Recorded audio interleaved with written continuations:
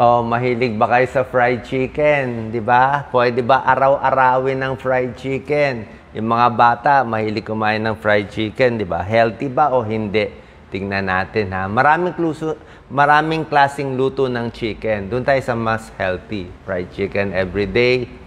Unang-una, baka sabihin mo, Doc, sabi mo, baboy, baka, mas unhealthy. Chicken, mas healthy. Tama naman yon, di ba? Kasi ang manok mismo, good source of protein. Di ba? Kailangan natin ng protein. Pero, paano naman kung prito everyday? Ibang usapan na yan pag naprito mo. Marami namang better na luto. Tingnan natin muna. Bukod sa luto ng manok, malalaman kung healthy o hindi, yung parts din. Anong favorite mong part? Ang leg kasi, ang leg, ang thigh, hita, sila matatabang parts eh. 7.5 grams of fat siya. Okay? Ang protein niya, 16 grams of protein. Mas mababa yung protein, mas mataas ang taba ng leg, lalo na ng hita. Calories, 135. Tingnan nyo ha. Ang pecho, chicken breast, 2.7 grams lang. Mas mababa ang taba. Mas mababa din ang calories. Pero mas marami protein niya, 26 grams. So, 26 grams protein, 2.7 grams of fat. Ito sa leg, tatlong doble ang taba. Tapos yung protein mas mababa. So, mas healthy to. Mas matabang lang. Diba? Ito ang mas healthy na luto. Diba? Imbis na fried chicken araw-araw, pwedeng nilaga, a little better, less mantika. Pwede ito mga inasal o roasted. Yan, pecho. Pwede yan. Pero ito mababa sa taba. Pero itong chicken wing medyo mataas din ha. Kasi maraming balat eh.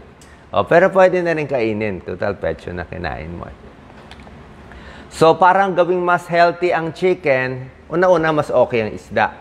Pero better than fried chicken kung gagawing inasal, inihaw, roast chicken, nilaga, may sabaw, chicken soup. Mas okay po yun. Kasi pag pinirito, lalo na kung fast food, siguro prito sa bahay, mas okay. Pero yung fast food na prito, na may breadings, na maalat, medyo hindi na po healthy. Marami ng calories. So yan. Yan ang healthier chicken. So pag ganitong klaseng manok ang kakainin natin, may health benefits siya. Good source of protein, low fat kung breast. May unsaturated fat, maraming vitamins, niacin, B3, may iron siya, pampalakas ng immune system. 'Di ba ang chicken soup, 'di ba? Chicken soup, mabuti yan sa sipon, sa trangkaso, bigayan ng lola natin, 'di ba? Pag may sakit, painumin ng sabaw. Kasi yung sabaw pampaluwag ng plema, no? Loosens the mucus sa chest. Maganda pa nutrients, may zinc, may protein, pampalakas ng immune system. Tapos yung init, para siyang suob eh. Pero safety first sa manok, kailangan luto. Bawal may dugo. Ha? Bawal may dugo. Baka magkasakit tayo kung may dugo. Dapat lutong-luto siya. Other benefits ng manok, meron siyang tryptophan. Tryptophan, nagiging serotonin, pamparelax. Kaya relax sila pag kumain ng manok. Ayan eh. Madali kainin, okay rin sa puso, basta tamang pagluto, builds muscle, protein, may vitamins and minerals, pampalakas ng buto, aids in weight loss. Weight loss kung protein lang na breast. Pampalaki rin ng muscle, may pag-aaral basta kumakain ng protina, lalaki ang muscle. Ngayon, may nagtatanong sa akin, Doc, nalilito ako sa sinasabi mo sa protein. Sabi mo, kailangan pag senior, may edad, kumain ng protein para lumakas. Pero sinabi mo rin, pag kumain ng marami o sobrang protein, masisira kidneys, hirap ang kidneys, tataas creatinine, bawal. Ano ba? Simple lang po ang sagot. Doon tayo sa tama. Okay? Pag zero, pag hindi ka kakain ng protina, totally wala, puro kanin lang, masama, hihina. Pero kung kakain ka naman ng sobra-sobra, 5 pork chop bawat kainan, o yung steak na malaki, 2 hiwa, umaga, tanghali, gabi, yun na lang kinakain mo, masama naman pag ganun sobra. So, gaano karami ang dami na tama? Simple lang. Ganito recommended. Tingnan nyo kamay ninyo. Okay?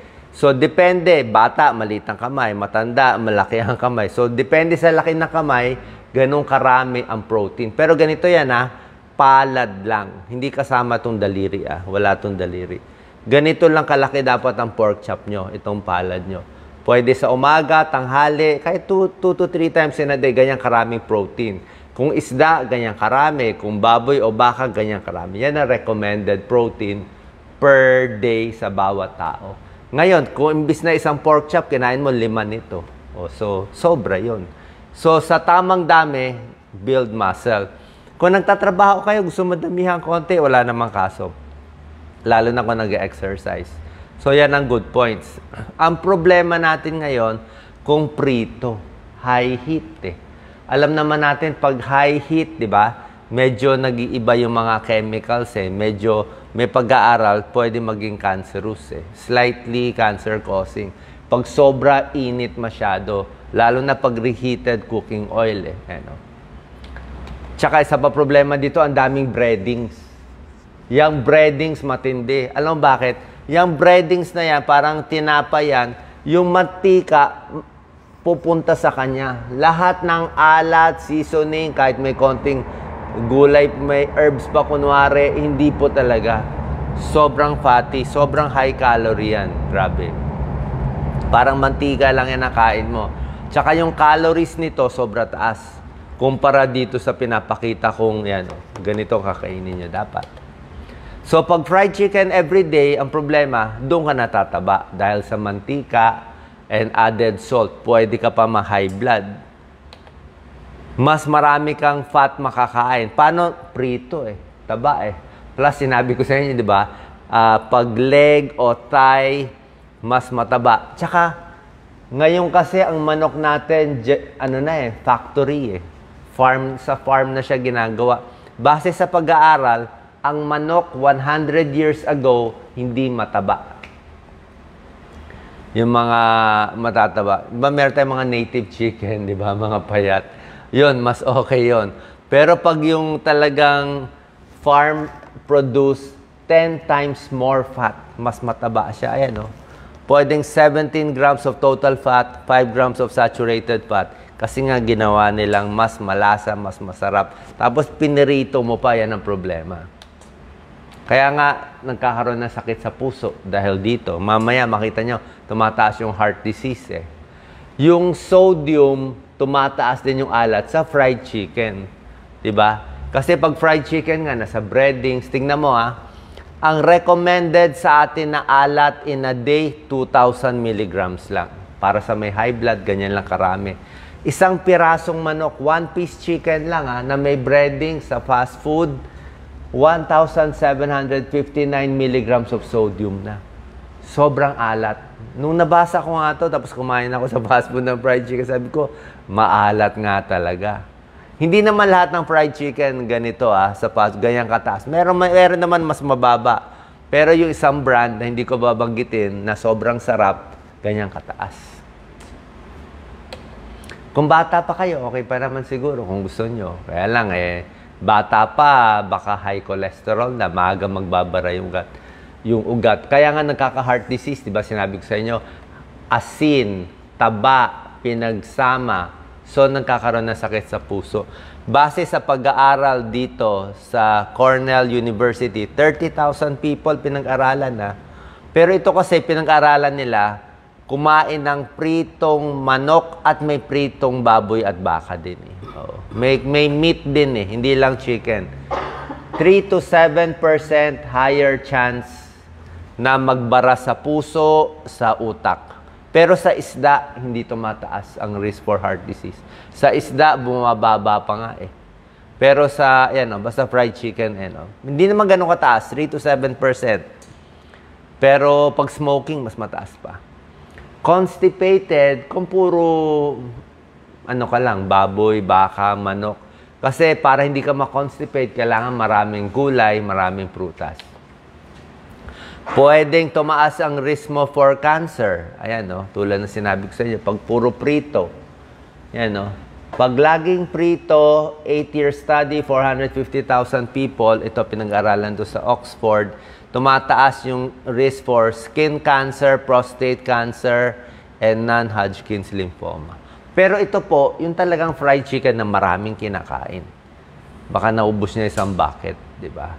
So, kaya sinabi natin, mas maraming gulay, mas maraming isda, mas better. Pwede naman kumain ng manok fried chicken paminsan-minsan, pero at least alam nyo na anong parte ng chicken ng okay, anong klaseng luto, tsaka gaano karami yung tamang protina para hindi masira ang kidneys, pero meron ka naman lakas para sa senior. Ito, nakakaikli ng buhay pag araw-araw fried chicken. 100,000 people pinag-aralan, mga babae. Fried foods hindi lang fried chicken. Puro prito araw-araw.